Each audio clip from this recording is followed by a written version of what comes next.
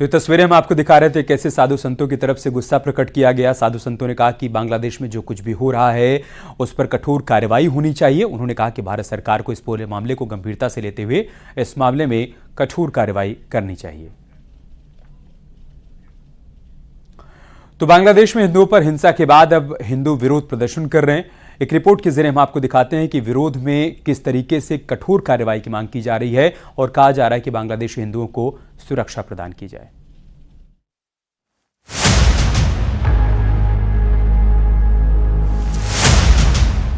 बांग्लादेश में आरक्षण को लेकर सुलगी आग के दौरान वहां के हिंदुओं को टारगेट किया गया, मंदिर पर हमले हुए, उन्हें आग के हवाले किया गया तो कई हिंदुओं को मौत के घाट उतारने की खबरें भी सामने आई। हिंदुओं के खिलाफ हुई इस हिंसा के विरोध में बांग्लादेश के हिंदुओं ने भी वहां की अंतरिम सरकार के खिलाफ प्रदर्शन तेज कर दिए हैं। ढाका से आई इन तस्वीरों में हिंदुओं का एक ग्रुप हाथों में अयोध्या के राम मंदिर का पोस्टर लिए बांग्लादेश की अंतरिम सरकार के प्रमुख मोहम्मद यूनुस के आवास के बाहर प्रदर्शन करते दिखाई दिया।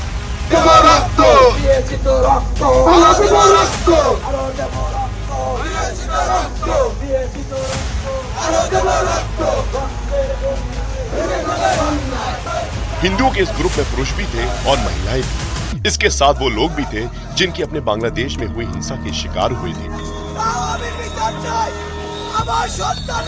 किसी के हाथ में अपने बेटे की, किसी के हाथ में अपने पति की, तो किसी के हाथ में अपने भाई की तस्वीर नजर आई। जानकारी के मुताबिक ये सभी बांग्लादेश में हुए हिंदुओं के खिलाफ हिंसा में शिकार हुए थे। इनमें से कई लोग लापता हैं, तो कई की मौत हो चुकी है।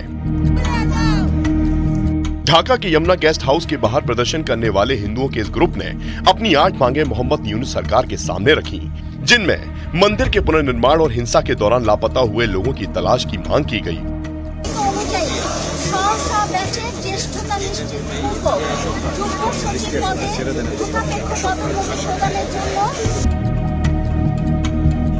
ढाका में जमुना गेस्ट हाउस के बाहर हुए इस विरोध प्रदर्शन के दौरान झड़प की भी तस्वीरें सामने आई।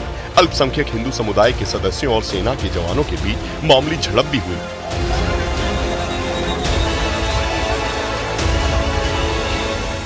बांग्लादेश में अल्पसंख्यक हिंदू इंसाफ की मांग कर रहे हैं, तो इस बीच बांग्लादेश की अंतरिम सरकार के मुखिया मोहम्मद यूनुस ने ढाकेश्वरी मंदिर का दौरा किया। मंदिर में पहुंचकर उन्होंने हिंदू समुदाय के लोगों से मुलाकात की। मोहम्मद यूनुस से मुलाकात करने वाले बांग्लादेश पूजा उद्यापन परिषद के अध्यक्ष वासुदेव धर, महासचिव संतोष शर्मा, सर्वजनीन पूजा समिति के अध्यक्ष जयंत कुमार देव समेत कई लोग मौजूद रहे। इन सबसे मुलाकात के बाद मोहम्मद यूनुस ने कहा कि वो एक ऐसा बांग्लादेश बनाना चाहते हैं जो एक परिवार की तरह हो। मोहम्मद यूनुस ने हिंदुओं पर हमले पर कार्रवाई का भरोसा दिया, जिसकी पुष्टि न्यूज 18 इंडिया से एक्सक्लूसिव बातचीत में बांग्लादेश पूजा उद्यापन परिषद के अध्यक्ष वासुदेव धर ने की।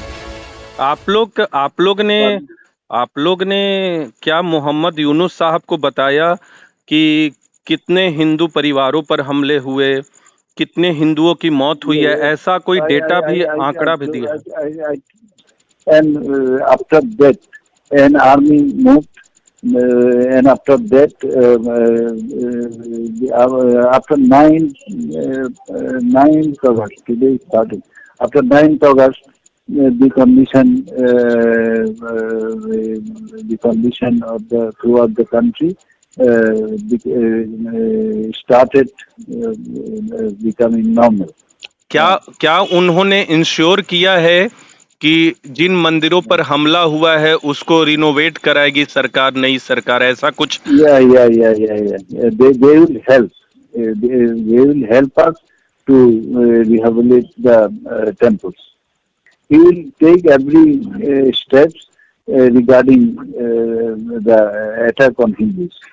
Our temple houses and other attacks on commercial installations and others. उधर बांग्लादेश में अल्पसंख्यकों पर हुए हमले के बाद मोहम्मद यूनुस मैनेज करने की कोशिशों में जुटे हुए हैं, तो इधर बांग्लादेश छोड़ चुकी पूर्व प्रधानमंत्री शेख हसीना ने बांग्लादेश में हिंसा पर चुप्पी तोड़ी है। देश छोड़ने के बाद शेख हसीना की तरफ से पहला बयान जारी हुआ। उनके बेटे सजीव वाजिद जॉय ने सोशल मीडिया प्लेटफॉर्म एक्स पर शेयर किया। इस बयान में शेख हसीना ने बांग्लादेश में हुई हिंसा में मारे गए लोगों को श्रद्धांजलि दी और बांग्लादेश में हुई हिंसा को आतंकी हमला कहते हुए खुद को न्याय देने की मांग की। इसके साथ ही उन्होंने हत्याओं के दोषियों को सजा देने की मांग की। अपने बयान में शेख हसीना ने अपने पिता और परिवार की कुर्बानियों को गिनाया और बंगबंधु की प्रतिमाओं के अपमान पर भी दुख जताया। यही नहीं, शेख हसीना ने बांग्लादेशी नागरिकों से 15 अगस्त पर अपने पिता शेख मुजीबुर रहमान की बरसी पर शोक मनाने की भी अपील की है। इधर शेख हसीना अपने पिता की बरसी पर शोक मनाने की अपील कर रही हैं, तो दूसरी तरफ बांग्लादेश की अंतरिम सरकार ने 15 अगस्त की छुट्टी को कैंसिल कर दिया। बांग्लादेश की कई पार्टियों ने अंतरिम सरकार से आग्रह किया था कि 15 अगस्त को अब राष्ट्रीय शोक दिवस के तौर पर नहीं मनाया जाए। 15 अगस्त को राष्ट्रीय शोक दिवस के तौर पर मनाया जाता है क्योंकि इसी दिन शेख हसीना के पिता शेख मुजीबुर रहमान की हत्या हुई थी। 15 अगस्त 1975 को सेना के अधिकारियों ने उनके घर को चारों तरफ से घेर कर ताबड़तोड़ गोलियां चलाकर उनकी हत्या कर दी थी। तब से बांग्लादेश में 15 अगस्त को राष्ट्रीय शोक दिवस मनाया जाता है।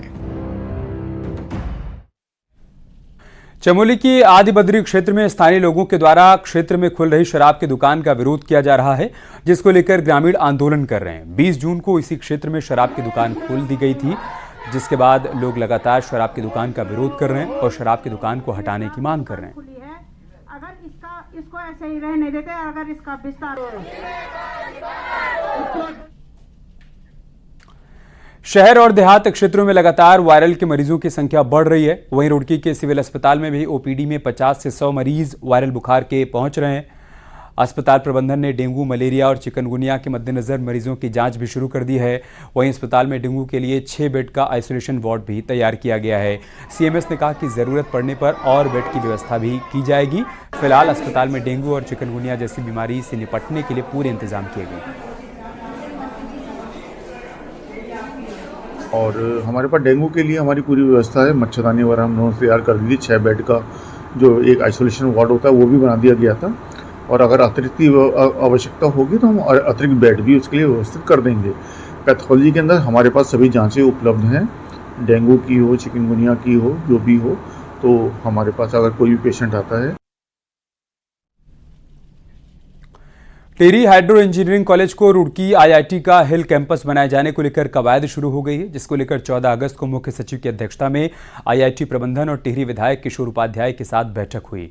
किशोर उपाध्याय का कहना है कि टिहरी को एजुकेशन हब के रूप में डेवलप किए जाने को लेकर प्रयास किए जा रहे हैं और केंद्रीय मंत्री द्वारा भी हिल कैंपस को लेकर घोषणा की गई है। 1 माह के भीतर इसका प्रपोजल बनाकर केंद्र सरकार को भेजा जाएगा, जिसके बाद जल्द ही इस दिशा में काम किया जाएगा और टिहरी नहीं, उत्तरकाशी, चमोली और आसपास के छात्रों को भी इसका फायदा मिलेगा।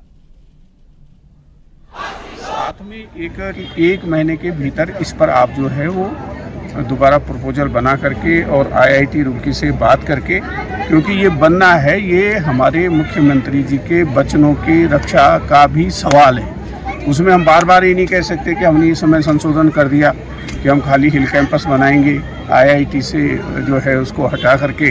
तो मुझे ये हरिद्वार रुड़की विकास प्राधिकरण ने शहीद दिवस 23 मार्च की थीम पर एक पार्क तैयार किया है, जो देश की स्वतंत्रता के लिए शहीदों को समर्पित है। हरिद्वार देहरादून हाईवे पर बनकर तैयार हुए पार्क में शहीदों की प्रतिमाएं और राष्ट्र के प्रतीक चिन्ह लगाए गए हैं, जिससे यहां पहुंचने वाले लोग शहीदों को याद कर सकेंगे। इसके साथ ही पार्क में बैठने के लिए सीट और सुंदर फाउंटेन भी लगाए गए हैं।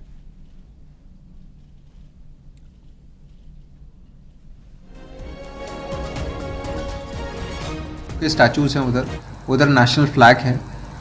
उधर हम लोगों ने ये इंश्योर करा है कि जब भी वो जाएं तो एक एटमॉस्फेयर क्रिएट हो, एक वाइब क्रिएट हो, जिसमें लोगों को फील हो, अपने देशभक्ति फील हो।